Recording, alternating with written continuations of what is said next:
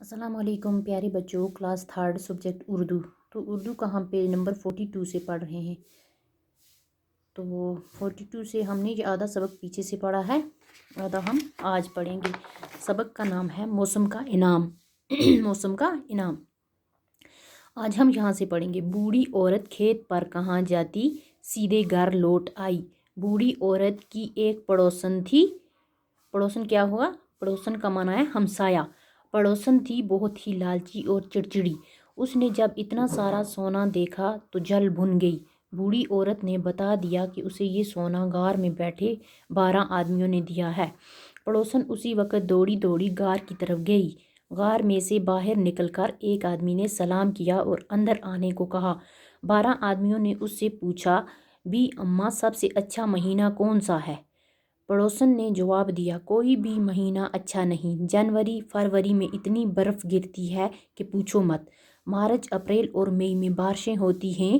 جون جولائی اور اگست میں اتنی گرمی ہوتی ہے کہ آدمی جھلس جاتا ہے۔ جھلس جاتا ہے یعنی گرمی کی شدت سے جل جاتا ہے۔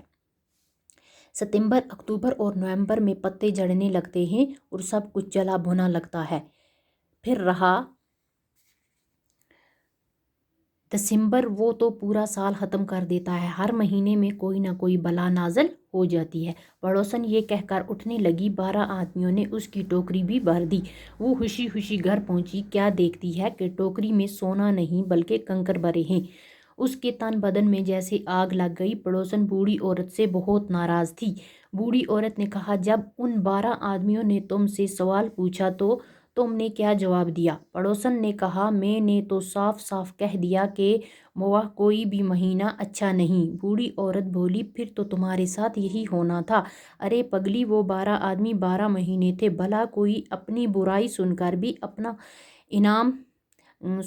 بھی انعام دیتا ہے؟ کسی کے ساتھ برائی کر کے بھلائی کی امید نہیں رکھنی چاہیے۔ تو بچوں، آج ہمارا سبق جو ہے وہ ختم ہو گیا۔ کل ہم پچھلے سبق کے پیٹرولیم کے بھی اور اس کے بھی کیا کریں گے؟ سوال۔ تو بچوں، یہ تھا ہمارا آج کا ٹاپک۔ اوکے، خدا حافظ۔